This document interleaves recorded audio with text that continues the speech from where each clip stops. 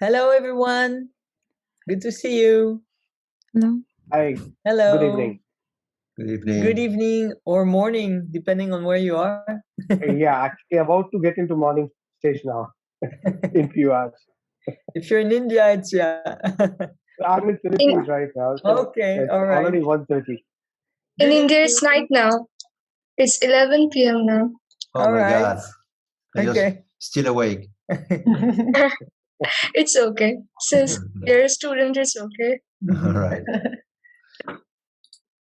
So welcome to the talk. It's a pleasure to be with you once again.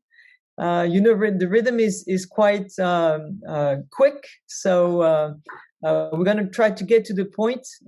We decided that based on the different discussions we've had in the past in our talk, the question of assertiveness came back and was something that seemed to resonate with your concerns or your questions. And indeed, assertiveness, leadership, relational competence is clearly something that is coming very often as a key element of progress in your leadership development and interactions with others.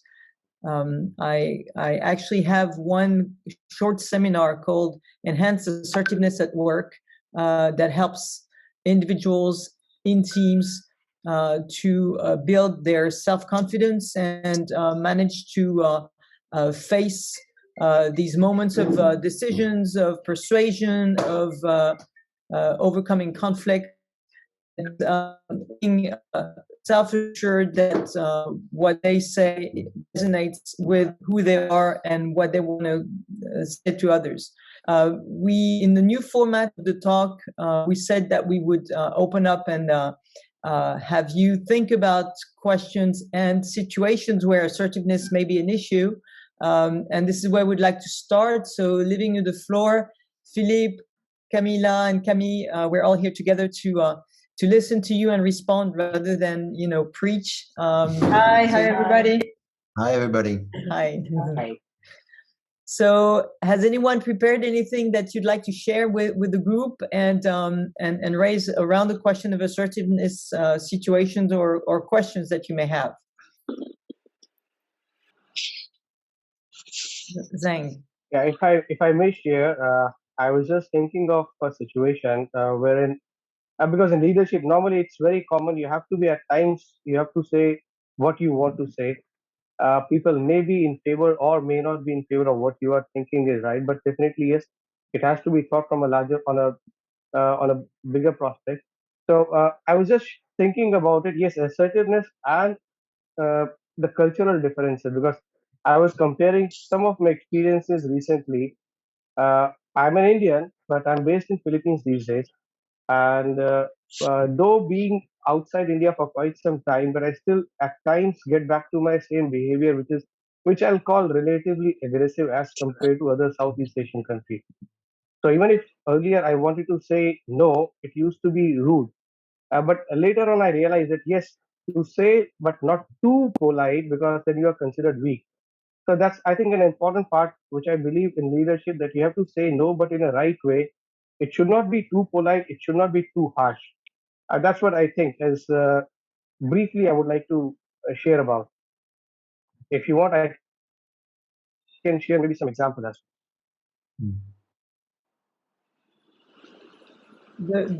The saying no is very often a key element of assertiveness, and bringing up the question of politeness and cultural differences is indeed something that that makes it difficult to adapt because there are different ways of interacting, and in certain cultures, saying no can be very abrupt. And adapting and capturing as much as you can from your surrounding will help you define the level of the tone and the way you are going to address your audience or the person, if it's one person that you're talking to. So it's critical to take into account who you have in front of you. And it's not just a question of culture, it's also a question of there are many elements like hierarchy or subordinates, and looking at how you may affect the person in front of you if it's just one person, the saying no. At the same time, sometimes saying no is a question of protecting yourself. So there's also that for you. You know how difficult it is to say no when you're in a situation when you're involved and wanting to do good. So there's the other element of the no. But again, agility and taking into account the situation and the persons that are involved in the situation is definitely critical. Yeah, I think that the cultural dimension is very important, as you noticed, and I think that's a very, very good point, because we don't quite know all the aspects of the cultural differences, and we don't exactly know how the people would react to a certain way of saying something. Now, beside this, there is probably also some element about what does it mean to say no? Is it the disagreement that you have? So it says basically that you don't agree with that person says, or you want to challenge this, or, and this is where the question of assertiveness steps in, which is about, I don't dare saying something, right? So I think something, but I'm not sure that I'm strong enough, or I'm articulate enough, or sure enough to be able to say no. And the two elements are a bit different. One is very cultural. I don't want to affect and I want to insult. And maybe the way to deal with that is to maybe questions, let the conversation go and explain your point of view and see how the person reacts. That's what Valérie said about understand what the person in front of you is thinking. And then you can realize whether you can push a no, or whether you can just stay, reserved, and the message will go through as well. But when it comes to this question around, I don't have the courage to say something because the person is too strong or too influential, that's kind of more tricky. And if you've actually followed the MOOC, then it goes back to this question around self-awareness and also self-confidence, which is about I'm feel strong enough about what I know and what I want to say. And I need to have this courage to say no, which is about getting outside of the zone of comfort. And of course, this second aspect is more difficult because it's more about our personality or way of looking at life, and sometimes being kind of influenced by the person in front of you. Anyone else wants to react or add something or have another situation you'd like to share? Well, maybe I can share. Actually, I have a real issue to say no at work. And I'm working with several entities and even, So I see that sometimes my peers, my colleagues are not taking certain topics, and I'm trying to back them up. So I'm contacting their sites and I'm trying to support. And after some time, of course, people get used that I'm the one to get to be contacted, and I'm always taking more and more and more. So I'm ending up with late evenings and weekends to work on some topics. Because one side, as you said, I want to do my best. I want to show that in our cluster, in our department, we're still supporting people and we're developing some good things. And and I'm thinking also about losing the image of myself if I say no. What people will think about me, they might think that, oh, she's lazy or she don't want to help us, and also about the image of my team. So I think it's very complicated for me to say no. Mm-hmm. Yeah, so I guess what you're saying is that this question of perception that the people would have if you say no, and there is a systemic element to it, which the more you take, the more you get, right? So people know that you will be the person to call when there's something to be done. I guess one aspect to that situation is that because it's a kind of long process, then you cannot imagine. I would at least recommend not to sort of say no all of a sudden, right? Break the things, because people will not understand. They will say, I don't understand, because Victoria says always yes, and today she's got something against me or something. So it's sometimes a question of gradually making obstacles, or at least reserve to what your question and ask for, and then maybe have different strategy to make your point that no, you cannot take everything. Couple of hints on that one is asking for help. So if somebody asks you to do something, I say, okay, let's do it together. So you involve, instead of taking the stuff on your, the burden on yourself, you say, I'm fine, but if you share part of it, then I'm happy to do that. So you will remain the person very positive and constructive, but at the same time you say nicely, okay, if you use your tools as well, then I'm prepared to move on. Which of course, if the person says no, then you have an opportunity to say no yourself because the deal is broken, right? So you may have some ways of not breaking it, but sort of influencing it. So gradually the person will understand that you are not the kind of person who will take anything just because you are a weak person, right? For example, and that's very important. Yeah, that's a very good example. Yeah. I think to complement, I already have this problem in the past, and I still have today. And I try to change the process so I don't have to say no. So I try to for example, make sure that when I had to give support, it was like 30 minutes meeting. We start and we finish in 30 minutes. So that's not about saying no, but the meeting is 30 minutes, Or I don't know, when I deliver a website, you have like 1 week to give your feedback. After that, the week is gone. So I try as much to change, not for those that are already happening, but for the future ones. I try to put that in the process. And so I kind of don't have to say no, but still I do. But I try to externalize the no. I don't know if it's a good thing or not, but I work this way. I think it's almost like a devil's circuit, because, for example, if you started a new company, you want to kind of build your image. So it's so easy for you to say yes, yes, yes. Or if there are special circumstances, you say, sure, I can help, whatever. This in the beginning is appreciated, but then it changes to being basically expected. That's, she's going to do it, right? The difficulty is really trying to break from that, because once it's an expected thing, it's the same thing. Just look at, here in the United States, work hours. If you are not an hourly paid employee, it's basically 40 hours plus 5, 10, 20, whatever you need to get that work done, right? And if you go too often that you go over the time, people expect, oh, she's going to work all the time anyway, so she can do this and she can do that. And it is very hard once you're in this rut to get back out.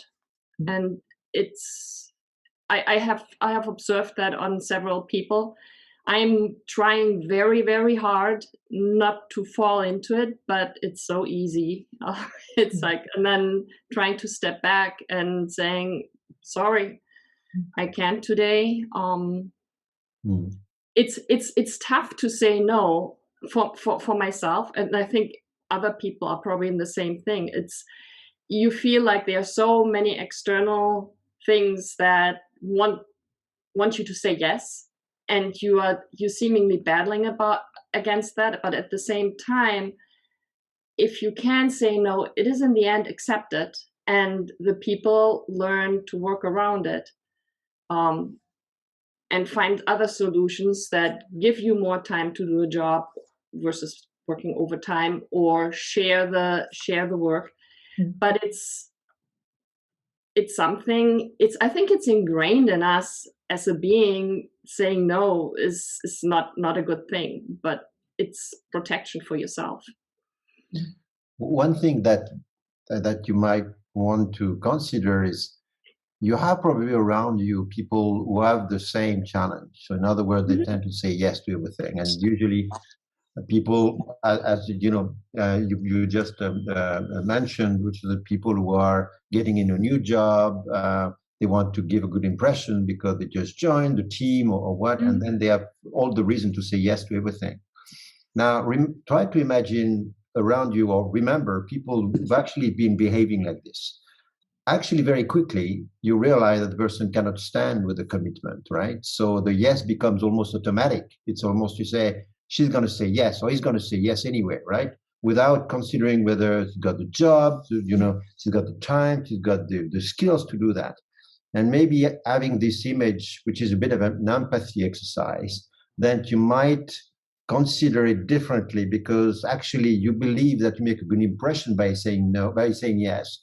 Where in fact, being yes might be also a way to gradually lose the credibility that you're trying to build. So, you know, it's a bit difficult, of course, because you don't like to think about something negative about ourselves, but not only is, you know, saying yes can be seen by some people as something not very strong, and therefore you can get out, that give you the courage to go outside the zone of comfort and say no in the different way you can imagine. Yeah.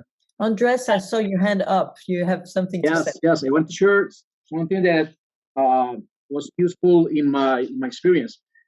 Sometimes when you say no, you are seen as being confunctional, even if you are rejecting your boss.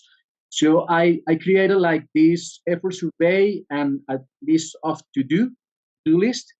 So that was a no with a reason, because sometimes we get too much work that takes time for the important things. So when you got this to-do list, you can prioritize your activities, and it's like we share in Google Sheets how much work do we have for every member of the group, and that's better to say no because you are giving priorities according to what is being in place in previous meetings. It's different to say no to your boss. It's different to say no to a client and also to a coworker. So I try to handle showing. It's better to everyone to know how much work you have. The effort survey also helped me because at the end you keep track of your hours, so you're not taking too much time in non-value added activities.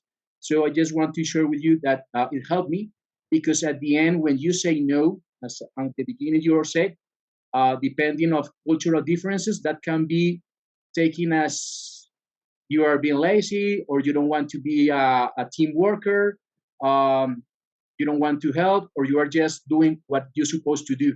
So that's my reflection. It's a good point. Yeah. Yeah. Setting expectations is part of a leadership role, you know, and it's true for yourself. It's true for people working with you. The clearer you are about the structure in which you are organizing your work and your environment and your team development, will make it much easier if you have the structure in place. You know, this balance between structure and freedom, how much structure you give and how much freedom you live within that structure. It's also a question of your values. What are your values? And how you want them to be respected as you want to be respected, but it's also respecting others that way. So all the work that we do in the Savoir-Relier approach with the self-awareness, self-reflection, knowing your limitations, setting expectations, trying to understand and know as much as possible who are the people you're working with, so that you can respect them while respecting yourself. It's, you know, those questions of where are your bubbles, where are your limits, where are the limits of the others, and in organizing these environments, these interactions, and in knowing as much as possible how the people working around you need and how they react, then you create that environment for people to thrive, and then you can say no, and then you can be confrontational and you can disagree, and that's perfectly fine. But since the rules are clear, then you can assert your own will and your own objectives, so that people can respect you that way. So assertiveness is really not just a one-way thing. It's like relational competence. It's a two-way thing. a minimum two-way thing, but in the team you have to set the grounds and the environment for people to know where they stand and how far they can go, because human nature, you give them that, they want that. It's like kids, and the more you give, the more they're going to want out of you. So you have to set those limits as clearly as possible early on. And it's true the other way around, by the way. I know in my experience when I was at the MBA, I tended to have very, very high expectations of everyone.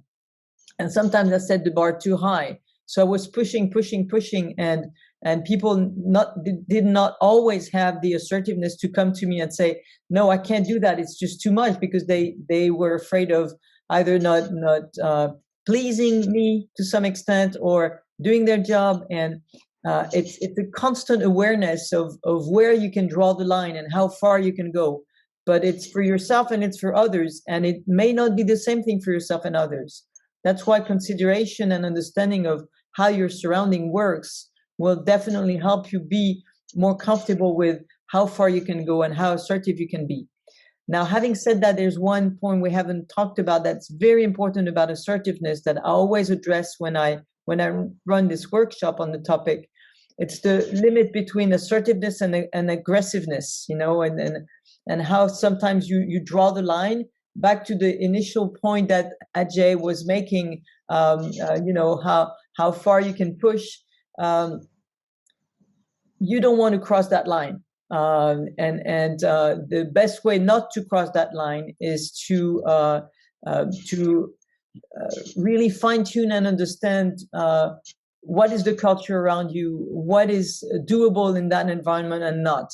So as Philippe was saying, we constantly go back to this because it's really probably the best tool you have at hand. It's this inquiry and advocacy process, the ladder of inference process, questioning, opening up, making sure that people who are working with you understand where you are on your ladder and how you can move with this, so that they see the way you function and you see the way they function, so that then you can move forward together. I feel that the word no is very dissatisfying to people, and also it depends, and its impact depends on culture and social norms. Like in India, if you say no, like the elders are like, how can you say it? You should keep quiet and silent. Like most of the people like that. And I feel I'm very lucky to have parents who listen and care about what I feel. And to be very honest, in this pandemic, I mean, it's like your head and heart is locked. I mean, still we can't go outside, not even in Christmas, not even in February, not even in March. Everything is, to be honest, quite okay, but not the universities and the colleges are open. So it's very dissatisfying. But still, we have to tolerate and be inside home. And as you said, that the limit between aggressiveness and what we call as assertiveness, I feel it's a very smart way of handling and managing your answers in order to interact with people in everyday life. Yeah, that's it. Thank you for sharing. Yeah, welcome.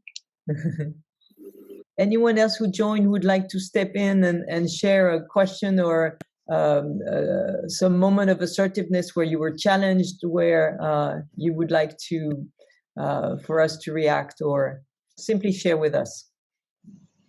I chose to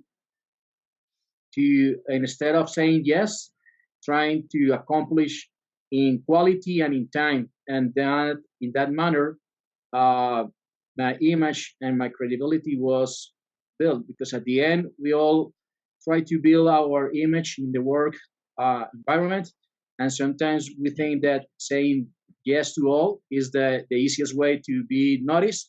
But I find that sometimes if you start to not accomplish in time, or your quality in your work is getting lower, it's even worse. So I prefer to say no with a reason, and trying to say the things that I'm getting committed to fulfill it with quality and on time. It's not easy, but at the end, I prefer to say no. It's not, as you said, I've been working with different cultures, so sometimes the way we speak is not that well received. But I'm trying to, if it's a big space or a big meeting, I try later to talk individual to try to remove any kind of thing that probably was not understood or comprehensive as I would like to do it. Mm-hmm. That reminds me of an exercise we used to do when we had the leadership certificate, where to better see how you affect others. Sometimes you behave, the way you are, and you're not always considerate about your environment for whatever reason. And sometimes the tone of your voice, the emphasis or a repetition of certain words or the use of certain words can affect people in some ways, and you don't notice it. So this exercise was to have the people working together in the team, asking one another, how helpful have I been today? How impactful have I been? How influential? Did I affect you in any negative way at some point? And to clarify those in a very open way, an open discussion. Of course, then can be done when you have trust between people and the atmosphere allows for this type of dialogue. But that's, again, what you want to create in your surrounding in any possible way. And once you have that, then it's much easier to have these open conversations and open discussions about, first of all, being observant of the other, to try and capture those weak signals that tell you, oh, maybe I went too far. I thought I was just assertive, but in fact, I crossed the line for that particular person.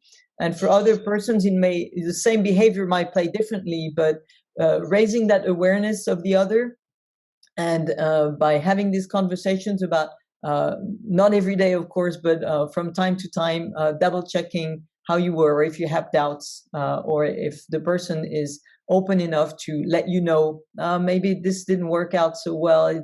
It touched me in a negative way, or it affected me, and please be wary about how you behave and how this affects me. So that's true for the other, for you, but it's also for you towards the others.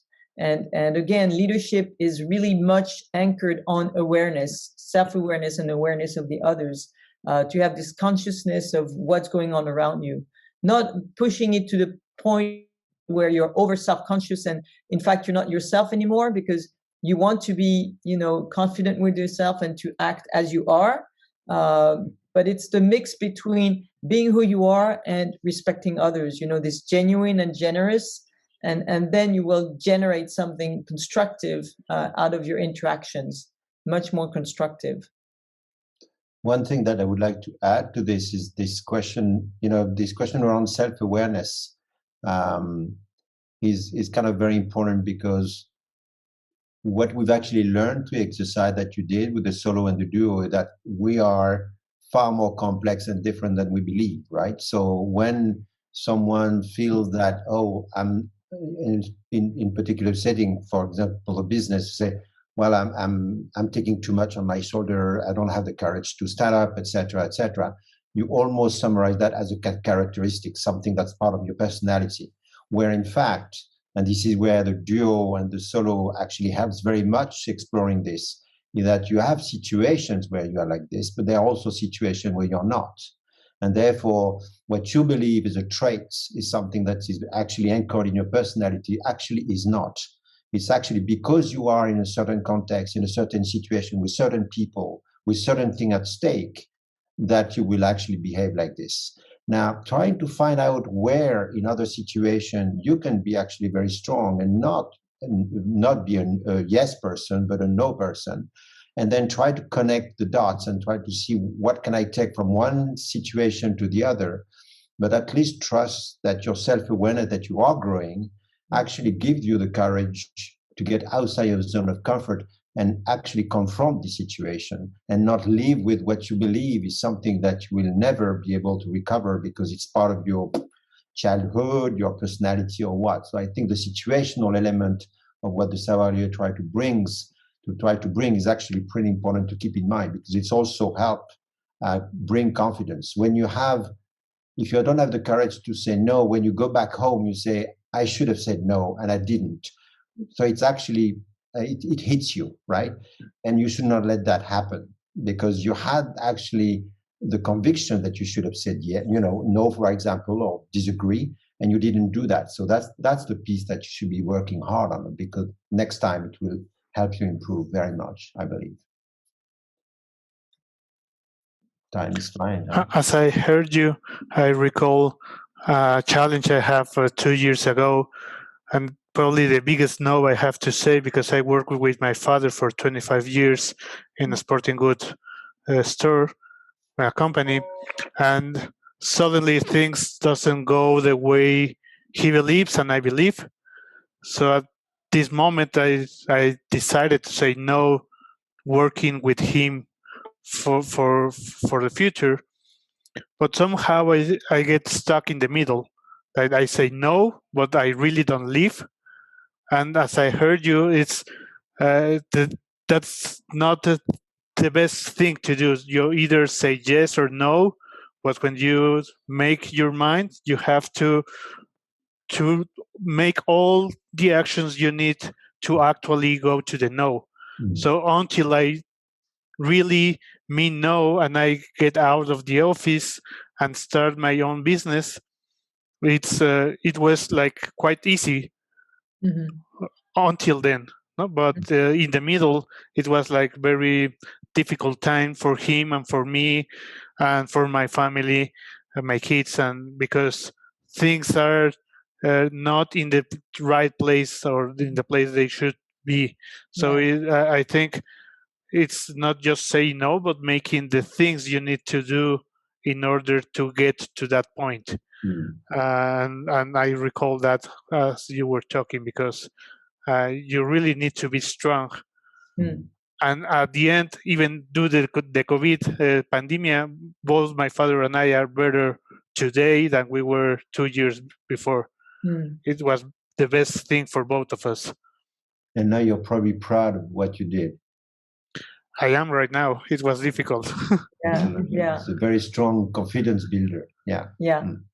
And it resonates with the point that I often make in different sessions is making a decision is one thing. How you live with the consequences of your decision is another thing, and it's the more important thing. So in the same way, when you say no, when you're wanting to be assertive, looking at the consequences of that word and the impact it may have on yourself and others, and sticking with those consequences is where you're going to improve your assertivity and your self-confidence and how you grow.